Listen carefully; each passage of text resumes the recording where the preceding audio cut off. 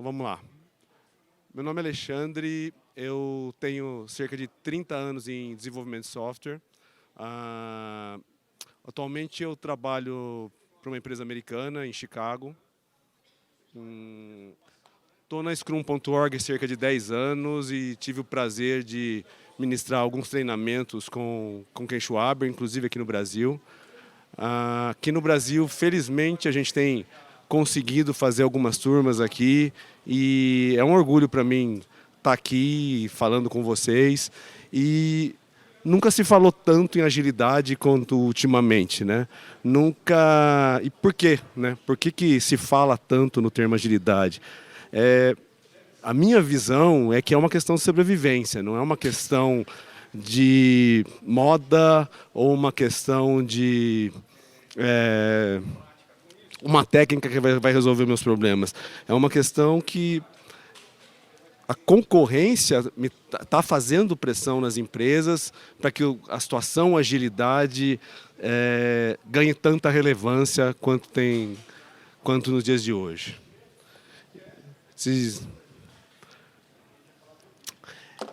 E por quê, né? Por que se fala tanto em agilidade? Porque a transformação digital está aqui. Então, quando se fala em transformação digital hoje, se fala de uma maneira que a palavra já desgastou, é uma palavra de moda e não se pensa muito em relação à essência da palavra. O que é transformação, né?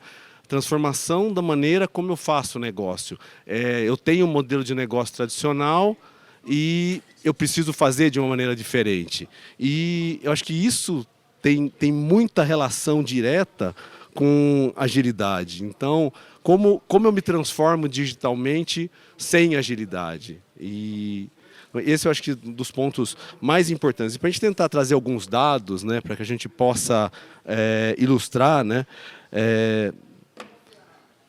para mim é impressionante isso. Assim, a hora que você fala que 80% dos CEOs globalmente, então a gente não está falando dos Estados Unidos, a gente está falando de Brasil, a gente está falando globalmente, estão sendo desafiados no seu dia a dia com relação à transformação digital. Eles estão sendo desafiados em relação a como se reposicionar em relação aos seus concorrentes. Provavelmente tem muita gente aqui do mercado financeiro, do mercado das fintechs, né? E você vê bancos tradicionais sendo desafiados por empresas extremamente pequenas, né, com grandes ideias. E isso incomoda, né? Isso faz com que as empresas tenham que se mover de um lugar para o outro. E eu acho que aí as empresas falam, o que eu vou fazer diferente? E fazer diferente é justamente a questão da transformação. Não sei o quanto é relevante isso para vocês no dia a dia, mas a hora que eu penso em transformação, um outro dado super interessante é que 90% das grandes prioridades dos executivos da empresa estão relacionadas com a transformação digital, que requer o suporte da tecnologia. E aí eu acredito que assim, aí começa a conectar com a maioria de nós aqui que estamos relacionados com tecnologia. E porque a tecnologia pela tecnologia não diz nada. A tecnologia precisa resolver algum tipo de problema, ela precisa implementar algum tipo de transformação. E me causa muita estranheza, não sei, pelo menos a mim, né? Quando a gente vai nas empresas e se fala o que vocês estão fazendo com relação à transformação? O que vocês estão fazendo com relação à transformação digital, né? E aí você ouve coisa, olha, eu estou fazendo um app novo, super interessante, minha presença digital agora está no LinkedIn, está no Facebook, a minha presença digital está maravilhosa. Ou eu tenho um monte de post-it pendurado na parede e eu uso técnicas ágeis para planejar e aí a coisa vai, né? Ou então eu trabalho com inteligência artificial, eu uso deep learning, machine learning, automação industrial e sei lá, muitas outras coisas que a gente nem sabe, né? E sei lá, para mim, enquanto profissional da área de desenvolvimento de software, isso me desafia no sentido de que as empresas simplificam em entender que transformação digital está baseada na tecnologia, enquanto que a tecnologia deveria ser suporte para a transformação digital, né? E não sei. E aí vamos olhar para dados de novo para instigar, e são dados bem interessantes, né? Se você olhar que aquelas empresas que estão lá nas top 500, né? Seja que são dados dos Estados Unidos, mas eles se aplicam a todo lugar, né? Estão numa zona de conforto, né? Se você pensar que tem uma empresa que tá lá nas top 500, ela está numa zona de conforto em relação ao seu mercado, em relação à sua concorrência. Só que aí você tem dados que começam a questionar isso. Está se falando que uma empresa se mantinha no ranking das top 500 cerca de 61 anos. E esse número está mudando nos próximos 20 anos para apenas 18. Então, você imagina como é que está a situação dessas empresas. Falando assim, poxa, eu estou sendo desafiado a todo momento. E se a gente fizer uma conta besta de padaria, isso quer dizer que 75% das empresas que estão nas top 500 não vão estar lá em menos de 10 anos. Então, assim, isso para mim você imaginar 500 empresas a 75%, nós estamos falando que menos de 100 vão sobreviver daqui a 10 anos, não vão estar lá. Tá? Isso são dados, tá? Isso não é futurologia nem futurapia. Tá? E isso, para mim, assusta bastante, né? Ao mesmo tempo que abre um caminhão de oportunidades, né? E aí, né, olhando ainda para a perspectiva, o que normalmente qualifica uma empresa, né? A gente sempre fala, essa empresa fatura não sei quantos milhões, ela tem tantos por cento de margem de lucro, ou ela é referenciada por nomes. É assim que se mede a empresa no mercado. E isso está tendo um shift muito grande. Você vê empresas aí, Uber, isso é público, então eu não tenho problema de falar, né? Há quanto tempo não está dando lucro, né? Outras empresas no mercado financeiro são valorizadas pelo número de clientes. Então, o que era métrica para o mercado está se mudando. E eu diria que, assim, na essência, está se mudando muito mais para o quanto essa empresa é capaz de inovar, para o quanto essa empresa é capaz de gerar valor. E gerar valor é inovação, porque se eu gero valor na forma de commodity, eu tenho um concorrente que com certeza vai ser mais eficiente. Então a barreira de entrada é muito curta. Você vai falar assim, não, mas quando eu tenho capital intensivo, quando eu trabalho com muito dinheiro, eu tenho uma barreira de entrada maior. O que não mais é verdade, porque dinheiro hoje é disponível. E é disponível de forma ampla. Então, como o dinheiro só é uma barreira de entrada? Então, isso é uma coisa perigosa para as empresas se acomodarem na posição e falar assim, olha, eu não vou ser incomodado. Né? E, de novo, vamos voltar para a questão das fintechs. Né? Quanto banco grande está sendo desafiado hoje por empresas muito menores.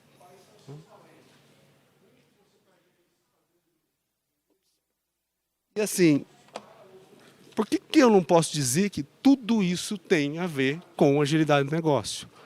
Então, a transformação digital, necessidade de inovação, né? Vamos tentar lembrar um pouquinho, né, dos conceitos embutidos em agilidade no manifesto, e o Scrum, para mim, trata isso de maneira ótima e perfeita, né? A hora que fala, poxa, quais são os grandes valores, né? Os grandes pilares. Então a gente fala assim, poxa, transparência, né? Quem lembra? Inspeção e adaptação. Então, assim, inspeção sem transparência não tem inspeção. A partir do momento que eu inspeciono, eu preciso me adaptar e me reinventar.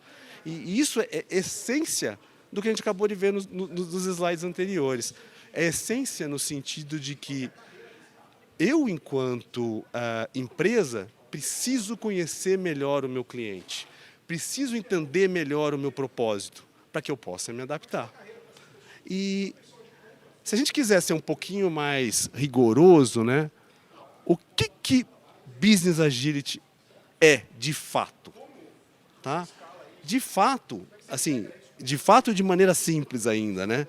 Business Agility é a propriedade ou a capacidade que eu acho que isso é um consenso, por isso que eu estou falando e não perguntando, mas que as empresas têm de maneira rápida e flexível se adaptarem. Porque se você procurar no Wikipedia ainda é essa definição, né, do termo de negócio. E, de novo, vamos voltar para os valores. Então, assim, para eu me adaptar, eu preciso inspecionar, né?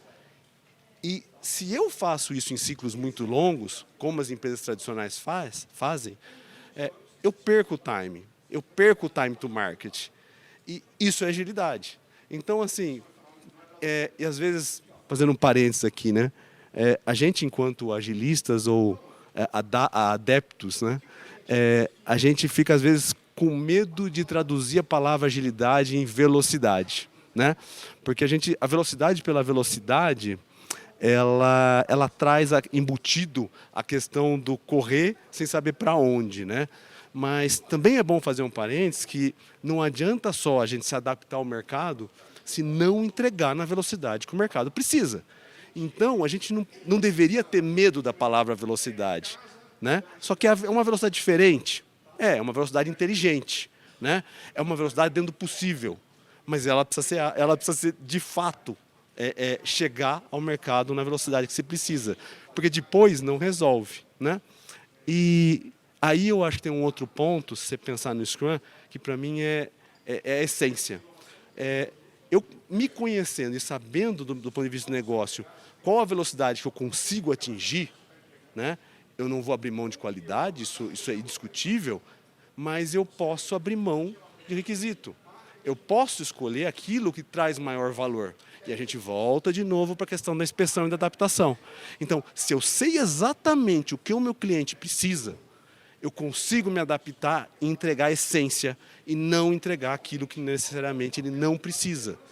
E com isso eu consigo ser veloz, ágil e com qualidade. Assim, é tão simples, né? Mas o Guide é tão simples, né? Se a gente pensar no Scrum Guide, quantas páginas ele tem, né?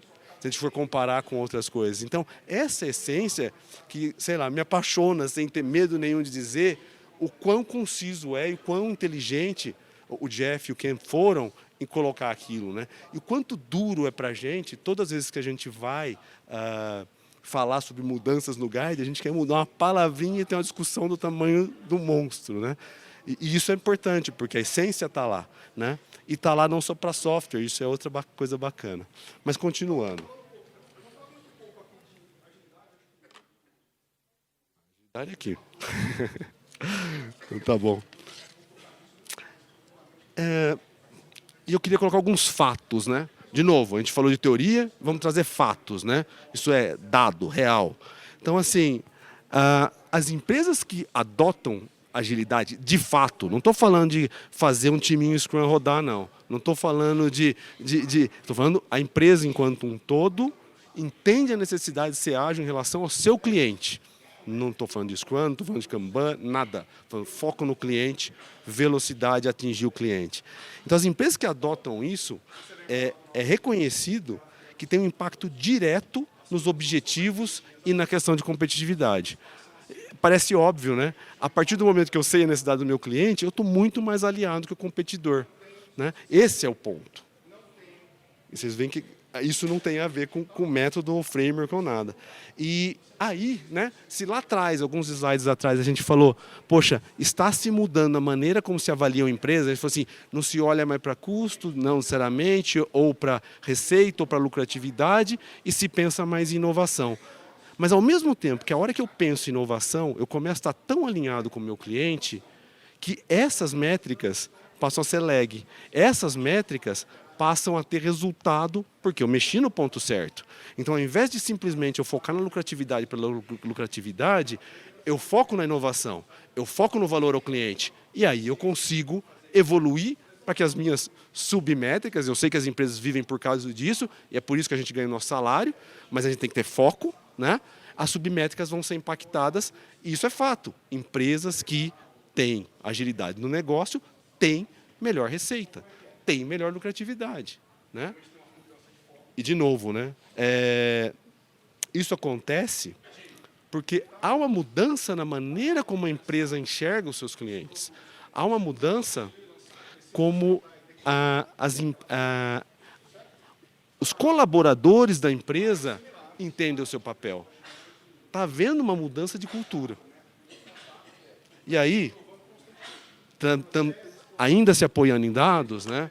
Isso é uma pesquisa realizada nos Estados Unidos pela Frost Sullivan, feita com cerca de 500 CIOs de diversos mercados. Então, assim, healthcare, finanças e tudo mais, que mostra qual foi o ganho que se teve em relação aos benefícios quando se implantou a agilidade. Então, desde Customer Satisfaction, a qualidade de produto e tudo mais, não importa as dimensões, mas importa que tem um verdinho ou um azulzinho ali. O verdinho é quando eu implantei a agilidade num silo, numa coisa específica da minha empresa. Eu tive ganho, está bonito aqui. Mas a hora que eu resolvo implementar isso no core, naquilo que faz a minha empresa andar, o meu ganho é muito maior. Né? E por quê? Né? Para mim é claro, a hora que eu implanto alguma coisa isolada, eu não mudo muito na cultura da minha empresa.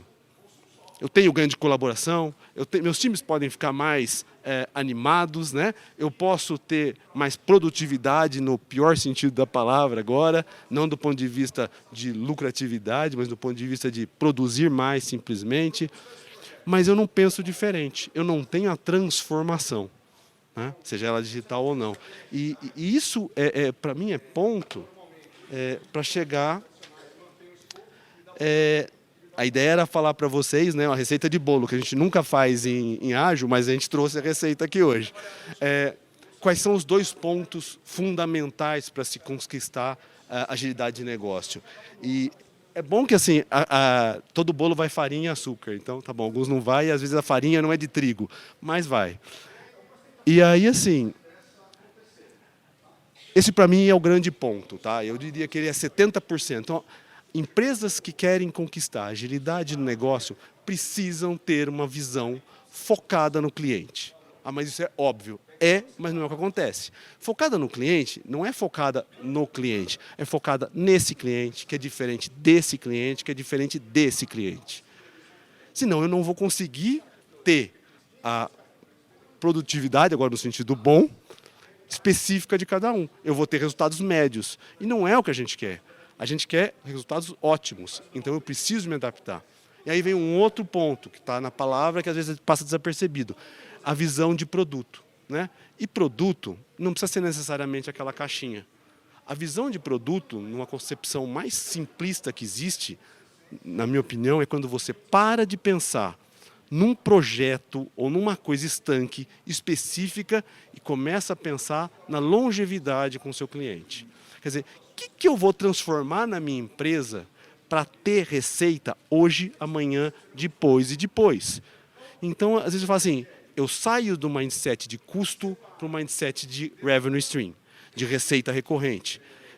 Mas custo não é importante? Custo é super importante, eu não estou falando isso. Eu estou falando que a gente sabe muito bem fazer conta de quanto custa e esquece de ver onde que ganha dinheiro.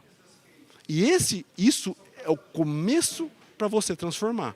Então, se eu saio com a visão estagnada, pontual, e penso em uma visão mais estratégica, e eu conheço o que meu cliente precisa, aí minha empresa começou a mudar de patamar. Aí minha empresa começa a sair de uma visão específica para uma visão mais ampla.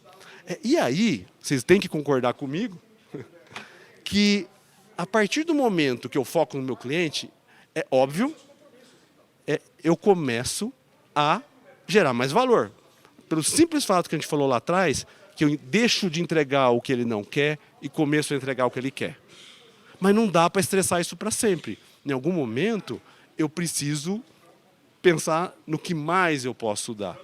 Eu, enquanto desenvolvedor de soluções de tecnologia, eu não estou lá para entregar código, eu estou lá para entregar solução. E a partir do momento que eu foco nisso, eu começo a pensar em novos modelos de negócio. Porque eu preciso entregar algo mais, eu preciso ser específico. Enquanto eu estou dizendo, eu como desenvolvedor de software, isso também vale para uma empresa tradicional, seja do mercado de saúde ou do mercado de finanças, a hora que ela olha para o teu cliente com foco. Como é que eu vou adicionar maior valor para o meu cliente investidor? Como é que eu vou adicionar maior valor para o meu paciente? E aí eu preciso repensar o meu modelo de negócio.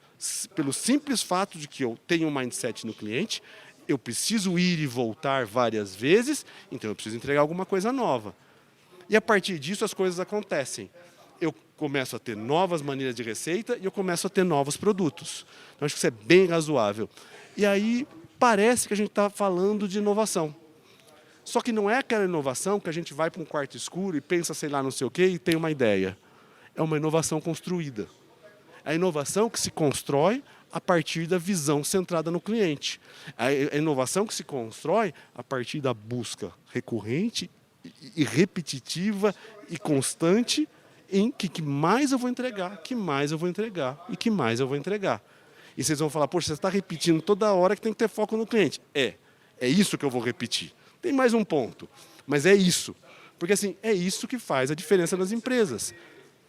Eu tenho trabalhado com C-Level nas empresas nos Estados Unidos, de diversos tamanhos, normalmente empresas bem grandes, e é recorrente.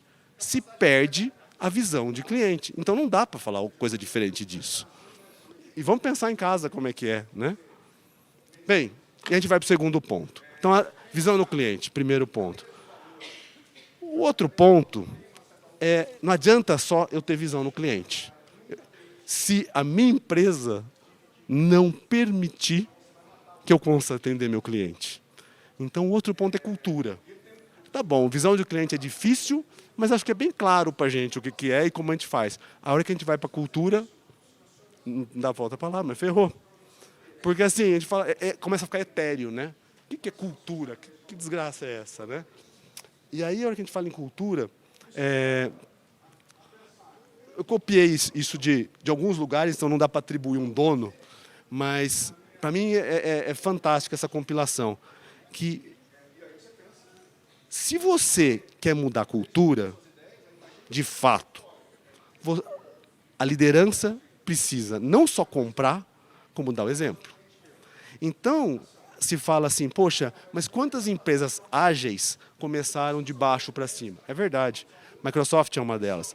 Mas a cultura não foi adquirida enquanto o exemplo não veio de cima.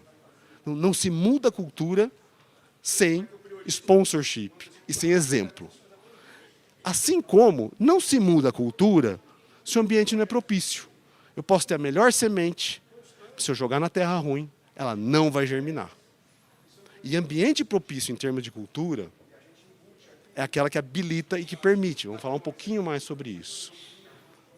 E é óbvio, esse é simples. Eu preciso ter um time que entenda a maneira de como trabalhar. E um time, por favor, gente, esquece agora do time Scrum.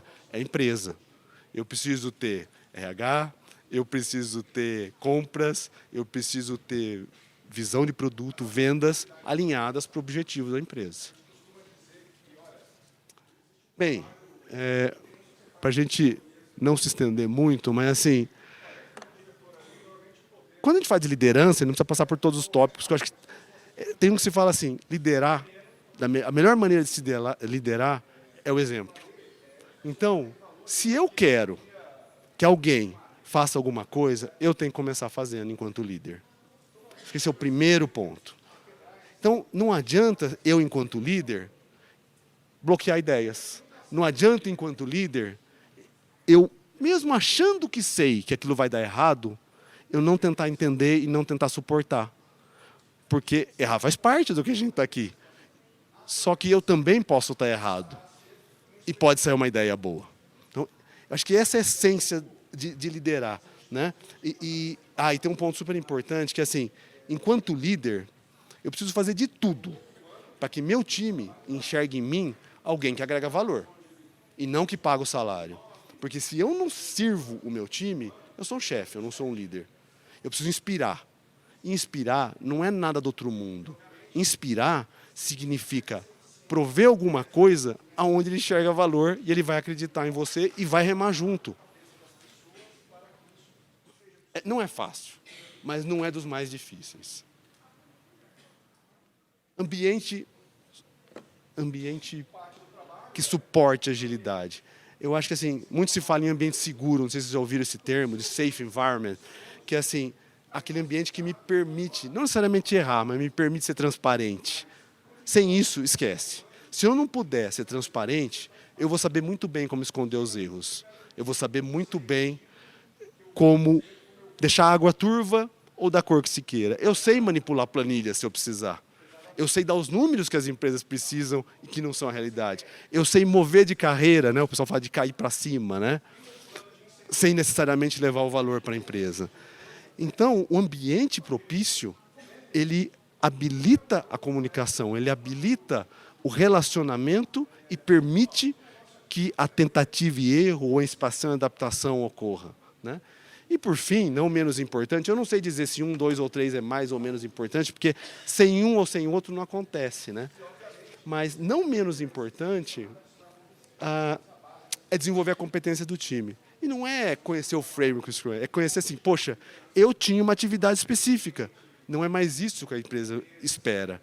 Eu preciso agora conhecer o negócio da empresa como um todo. Eu preciso agora pensar sistemicamente. Eu preciso entender como as peças se unem para eu poder colaborar, não na minha função, mas para eu poder colaborar de forma ampla e restrita. Então, essa é a essência. Como é que eu vou ser flexível? Como é que eu vou gerar valor? Como é que eu vou agregar?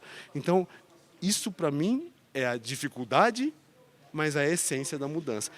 E, pasmem, a partir do momento que se tem sponsorship da liderança e ambiente seguro, isso aqui acontece fácil. Ninguém enquanto ser humano quer fazer ruim. Todos querem fazer o melhor. Só precisam ter condição de fazer. Nem os líderes, tá? 2, 3? 3, tá bom. E aí, então, assim, resumindo, né, os 2 itens para a conversa de agora, foco no cliente. Se vocês saírem daqui sem saber a palavra foco no cliente, eu perdi meu tempo. Se vocês aprenderem foco no cliente, tá bom, dá para esquecer a cultura, porque vocês vão perceber no dia seguinte que sem cultura não vai ter foco no cliente. Tá?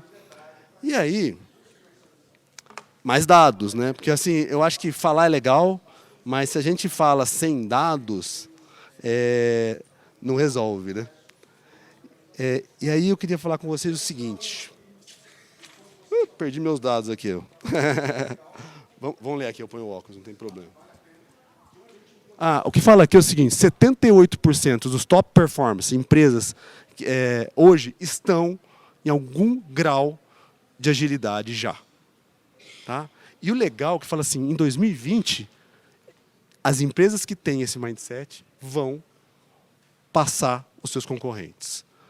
E eu acho que o outro ponto, os 2 de base a gente já falou, é que assim, 2 de 3 CIOs, estamos falando de 66%, 2/3, já conseguem antecipar qual a próxima onda de negócio, porque eles se acostumaram a ir a seus clientes e entender o que eles precisam. Se eles começam a entender, eles já entendem o próximo passo. E aí eu estou sendo contraditório, porque eu estou tentando ser preditivo, né? A gente é ágil, a gente é empírico, mas isso faz parte do empiricismo. Faz parte do empiricismo saber qual é o próximo passo. Né? Quando a gente calcula cycle time, é porque a gente quer olhar para frente. Do mesmo ponto de vista, a hora que eu repito, eu consigo olhar para frente.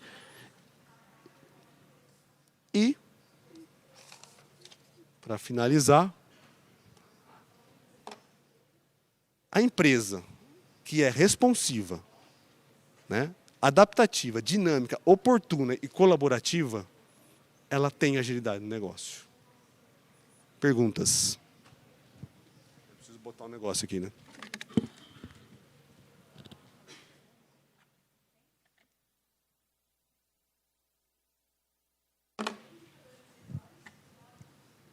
Alexandre, tá me ouvindo? Não. Não? Aqui também. Você falou bastante de cultura. Esse é um ponto interessante. Você sabe, por exemplo, lá na minha empresa, a cultura é uma coisa muito forte. Já enraizada da empresa, que está há muito tempo assim, está dando certo. Você consegue, tendo isso em mente, passar um paradoxo entre change management e cultura? Talvez a gente precise interagir um pouco mais, mas change management eu acho que é um processo que você estabelece para tentar fazer um shaping na sua cultura. Então, eu acho que é alguma coisa que você fala assim, o que eu vou fazer para poder dar driver para minha cultura, né? E não necessariamente é a mudança de cultura, tá? Então, acho que de maneira bem simplista, tá? Agora, eu conheço diversas empresas que fazem change management. E não adianta você, de novo, olhando lá para trás, normalmente essas empresas fazem change management no nível de pessoas. Se você não fizer change management no nível de ambiente, né, você não consegue, de fato, ganhar uma cultura. Quem já empurrou pneu de bicicleta quando era criança, né? Acho que vocês não têm idade, mas tudo bem. Agora um monte de gente balançou a cabeça, eu acabei de me complicar, né? Mas cultura não pode ser uma coisa que você tem que ficar sempre empurrando o pneu. Tem que fazer parte, né? E se você só faz treinamento em pessoas e não muda o ambiente, aquilo não vira cultura. Então, para mim, essa é uma grande diferença de change management para a cultura, simplesmente. Desculpa, sem querer, sem nenhum detrimento a change management, tá? Só que eu acho que ele é parte, não é o todo. Boa tarde. Tudo bom? Tudo. Então tá bom. Perguntinha assim, você lida muito com o C-Level, pelo que eu entendi, né? Dado o contexto mercadológico de uma esquizofrenia digital, eles veem lá no LinkedIn, daqui 10 anos acaba meu emprego, não sei, essas coisas, e aí vem o agente de transformação. Além de dados que potencializam as apresentações e uma educação também, eu vou trazer um Lego, uma dinâmica diferente com a intersecção e tal, para educar eles também. O que mais contribui para trazer esse mindset? Legal. Com C-Level, normalmente, né, são as pessoas que são sempre muito ocupadas, né? E eles nunca conseguem falar, né? Então, por que você não consegue falar, elas são ocupadas? Porque você não conseguiu normalmente falar numa língua que está dentro dos itens de preocupação deles. E, não, de novo, né? Não existe pessoa ruim aqui e não existe pessoa ruim aqui, né? Existem maneiras diferentes de falar com cada um para se conectar. Então, o que essas pessoas normalmente estão preocupadas? Com aqueles indicadores que a gente falou, estão preocupadas com o resultado, com o lucro. Então, a minha conversa não pode ser como eu motivo o meu time. A minha conversa tem que ser como eu aumento a lucratividade. Então, eu nunca, sei lá, isso sou eu, né? Eu nunca começo a minha conversa falando de Scrum ou de agilidade. Eu começo a minha conversa perguntando quais são as dores. Primeiro, eu tento estudar um pouquinho, entender quais são as dores e aí tentar fazer proposta, né? O que eu posso te propor? E depois, num segundo momento, falar, legal, se essa proposta... Tá bom? Tá bom? Se essa proposta ela puder ser quebrada, se ela puder ser em sprints, para o nosso linguajar, e eu puder ir aumentando o valor, ele acharia ruim? Não, ninguém vai achar ruim nisso. Então é assim que eu começo com eles, tá bom? Isso é bem preditivo e bem receita de bolo, desculpa. Uma perguntinha rápida. Tá? Eu? Não. Alguém? Uma perguntinha rápida. Mais alguém?